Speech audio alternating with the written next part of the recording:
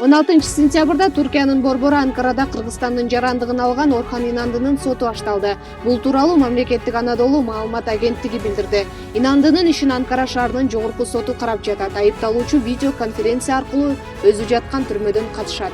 Колу 3 жерден сынгандыктан сотко толук даярдана албагандыгын билдирген Инанды ден соолугуна байланыштуу көйгөйлөр чечилгенге чейин кошумча убакыт сураган. Ошондой эле сотто ал Кыргызстандын жараны экенин жана Түркиянын жарандыгынан баш тартууга арыз бергенин айтып, аны кылмыш жоопкерчилигине тартууга эч кандай негиз жок экендигин билдирген. Сот Инандыны камакта калтыруу боюнча чечим чыгарып, аны коргонууга даярдануу үчүн убакыт сураганын эске алуу менен отурумду 23 ноябрга жылдырды. Эскерте кетсек, Сапат билим берүү мекемелеринин негиздөөчүсү Орхан Инанды 1-июнга караган түнү жоголгон.